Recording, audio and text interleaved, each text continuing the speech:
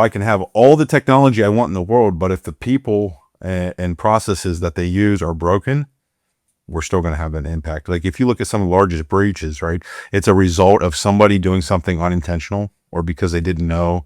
Like look at, things like Target, right, where HVAC system compromised the payment card industry, payment card information. So when we look at these things, a lot of it's lack of awareness or lack of understanding of the risk that's present.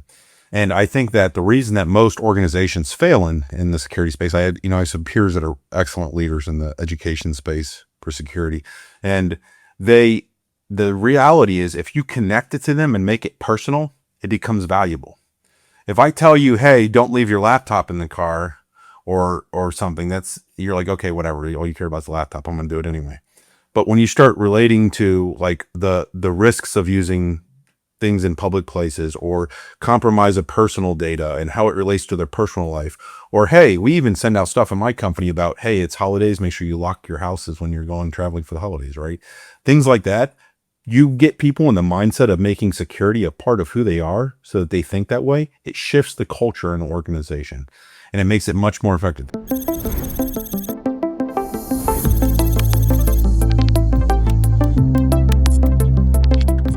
Joshua Scarpino, thank you so much for joining me for another speaker series on the Human Zero Day. Really excited to have you here. Thank you for taking the time to do this. Yep, I appreciate it. Wish I could have jumped on sooner, but I'm ready to go. Well, we're going to get a lot done in a very short amount of time, so I'm really excited for this. Joshua, your profile really doesn't need much introduction. I mean, you've been around the block. You've seen so many things in the context of cybersecurity and in AI. From anything like organizations like For Humanity to NIST, which is really all about, how do we think through the different risks and evaluation methodologies for assessing them and different solutions. And most recently, over the last almost 3 years, CISO of Trust Engine. So Joshua, a lot for us to unpack. Thank you for being here. I'm going to dive straight in. Human security, human vulnerabilities. What is this thing that we start hearing about more and more in the context of humans, in the context of security for organizations? Well, humans are our biggest risk, right? It's important to understand that the human element in security is something that constantly needs focus because attack methodologies keep shifting. And it's important for us to understand how does that change the dynamic with the human part of our organization, right? We have to be able to educate them. We have to be able to make them prepared to handle the risks. We have to ensure they have the right tools to address the risks and that they have the necessary the ability to identify threats, report those threats, and act accordingly to ensure that we minimize risk to the organization. Okay, so I'm hearing a lot of responsibility on humans, which is good, but I also know that humans tend to be irrational creatures. Did a year of behavioral economics, learned that much. And I'm curious, right before we get into the solution space and what can we do to help protect the vulnerabilities of the weakest element in the chain, let's talk a little bit about the threat vectors, because they have been, like you said, evolving quite rapidly and differently. And the fact that humans are at the sort of the forefront of these attacks, that's been around for ages and decades. What are you seeing today in organizations in the context of the risks that are actually happening and making an impact on organizations? So the biggest threat today is right at the onset of AI. So we have AI it's being used by adversaries to increasingly target organizations. All things from improved phishing attacks, right? Historically, it's like, look for the bad grammar, look for this. Well, with the onset of ChatGPT and large language models, now attackers have that at their fingertips and they can leverage that to improve their targeted attacks and ensure that what they're doing is relevant. And those things that we would commonly tell people to look for, they're not present anymore, right? I mean, we even have, I teach also in college, and the problem is, in even the academic world, they're like, is this written by a person or written by a human? And the irony behind this is, as a professor, like you go on and you're like, well, you can't use AI, but you can put your assignment into a tool and then say, humanize it, right? So it's like, we're at an impasse here. And I think that the same thing applies in the security space. Actually, one of the, I sat on a committee for a PhD student, and he focused on training AI models by using AI built content. So it was an iterative learning model that was based off of AI generated phishing. So these attacks are becoming increasingly complex, and organizations really need to understand how that evolves and educate their users that the things that worked previously to detect the threats are not going to be the same. Even getting into impersonation, right? Because obviously that's prevalent across. You look across Hollywood now. We have people they leveraging movie star identities and impersonating them to sell their products or something like that. And this happens not only at that scale, but it can also happen of, hey, I'm the CEO and I need gift cards, and they can impersonate the voice of the CEO by a recording he posted online or by something else. So these threats are becoming increasingly complex, and we need to educate users that you need to do more than your cursory checks that you're used to. You need to understand how the risk has evolved, and you need to relate that back to their personal life. Are you thinking differently as a CISO in terms of the tools that you equipped your organization in the context of the onset of these new threats? So is the way that you're thinking through adopting different types of tools, from detection and response to awareness and training to procedures, is that changing at all during these years? I wouldn't say the fundamentals are changing. I would say that there's more focus on understanding the risks better, because the nature, let's take vendors, for example, right? Almost half the vendors now have an AI capability. So understanding that when we're onboarding these vendors, is the AI solution on by default? What are the risks associated with the AI technology using, right? Is the data being retained for training on a model on a third party service? These are all things that need to be considered as part of the evolution of our ecosystem and our vendor is that we manage, and really understanding the systems that our employees are using on a daily basis. How is that threat landscape evolving based on Right. these new technologies being deployed? So really, it's a focus on educating and saying, look, new things are coming out. This is the company's stance on how we use these things. These are the ways they should be used. These are the ways they shouldn't be used. And also with the educating, ensure that we're doing the proper diligence on the security and compliance side and saying, is this in alignment with what our expectations are as an organization and how the technology should be used, or what technology should be used? And do we have the proper controls in place to mitigate the risk of, let's say, confidential information being overly shared, right? Somebody uploading an Excel of customer information and going, hey, let's sort this for me, right? That's not acceptable. But then also third-party models with, company specific information that should not be shared just for like development and design related stuff or intellectual property. Now, I mean, I'm curious, Joshua. I've heard also on this series different perspectives on the viability and the effectiveness of training and awareness to get people to be more conscientious and to try and be human detectors for these types of things. So I'm hearing on one hand that it doesn't sound like you're putting too much emphasis on technological tools to detect these new and emerging threats, potentially because they don't look like machines, they look like humans.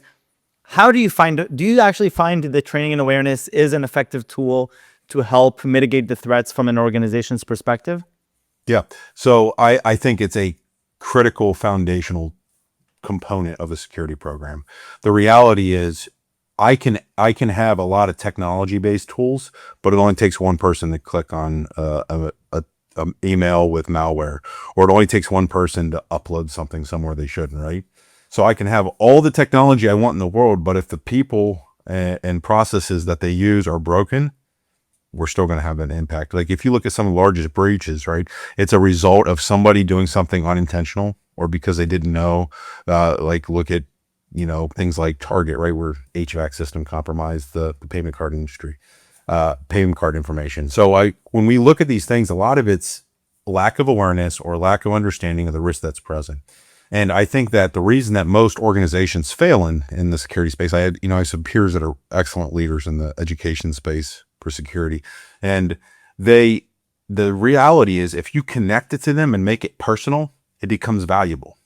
If I tell you, hey, don't leave your laptop in the car or something, you're like, okay, whatever. All you care about is the laptop. I'm going to do it anyway.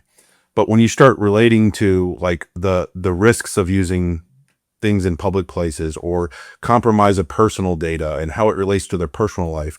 Or, hey, we even send out stuff in my company about, hey, it's holidays, make sure you lock your houses when you're going traveling for the holidays, right?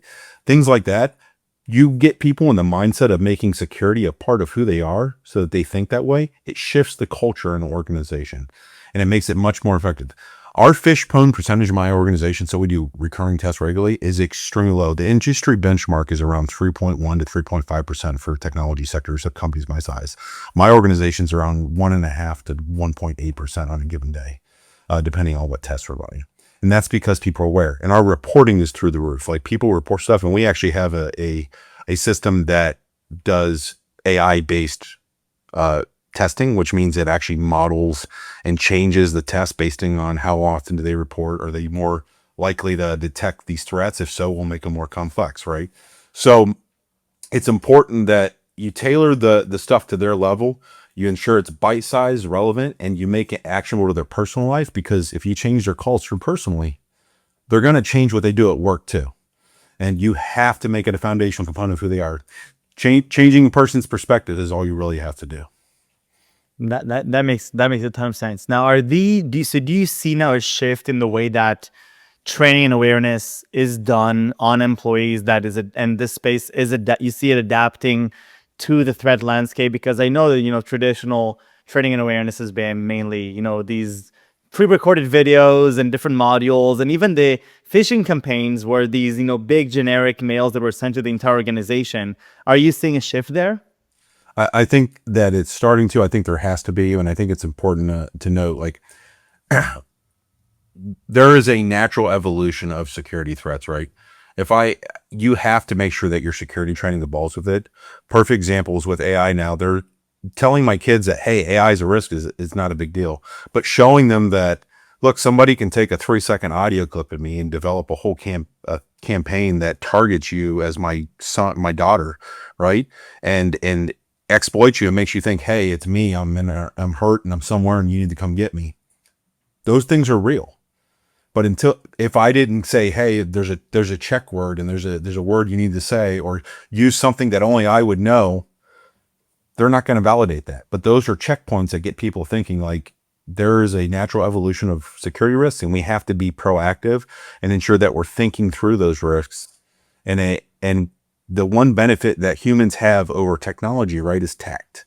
So we have the ability to understand things and decipher things more so than a computer system does, because a computer system, AI, is generally based off learned model development or iterative learning based off something else, right? But it's all based off learned information. That's why if you put somebody's writing from, published articles 10 years ago or 20 years ago into a system and say, hey, is this AI? Some of the published research comes back as, yep, written by AI. But the reality is we didn't have large language models 20-something years ago that was writing general published material. So it's highly improper. But that's because it was trained off of a system. So I think that there is a critical focus that needs to be placed on the evolution of threats and as a result of new technology developments. And I think that it has to remain a core part of who we are as a security org, because technology helps, but technology is a stopgap and it only goes so far. There's still a human piece to the puzzle.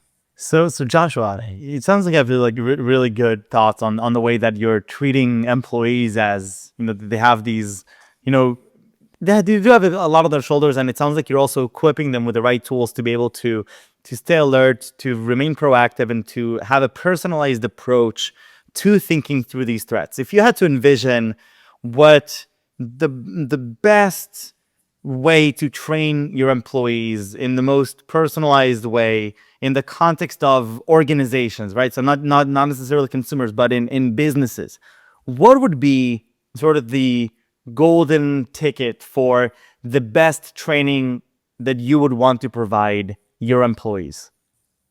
I think the training needs to be relevant to what the organization goals are. A lot of times the organizations deploy blanket security training, right? So I think you can do that as like a stopgap. Hey, we're getting you onboarded. Here's a blanket security training. But I think really an ongoing manner, like our organizations, we do quarterly bite-sized training. They need to be small. Think of your, your 5-year-old, and they lose interest after 5 minutes. Same with an adult. If it's not what they do on a daily basis, they really don't care. So they need to have bite-sized education components that are tailored specifically to the evolving risk landscape. We do quarterly updates, and our modules are usually between 1 and 5 minutes. And they're focused on what are the current threats that we're facing. If we see phishing starting to increase from our baseline expectations, we'll do some training on, hey, do you remember where the phishing button is? Do you remember this? And then we'll give them targeted training that's relevant to them as a person. As I told you, we deploy things around the holidays. It talks about holiday safety, leaving lights off, even fire safety, which we are a remote first organization. So physical presence is not really something that we worry about typically. But we do it because getting people thinking from a security and compliance mindset in their daily lives makes them bring it into the workplace also, which for a remote first organization, it's good to be aware of what's going on around you and know the adversaries are out there. If you're at a coffee shop, right? Don't leave your laptop unlocked. Things like that. And we have foundational security tools to support them achieving those objectives. Joshua, we covered in 15 minutes, I think, almost an hour's worth of conversation, and opened up a lot of Pandora's boxes, which we'll eventually need to close. But I really appreciate your time and the energy you've put into this. So thank you so much for being here and sharing your perspective on how we should be thinking through human security. It's all about the human, and with the evolving threats, I completely agree with you that the most important course of action, training and awareness, and making it personalized, making it in the context of the organization, and making it relevant so that your employees actually want to participate and not just to check the box and move on. So thank you so much for being here. Yep. Thanks for having me.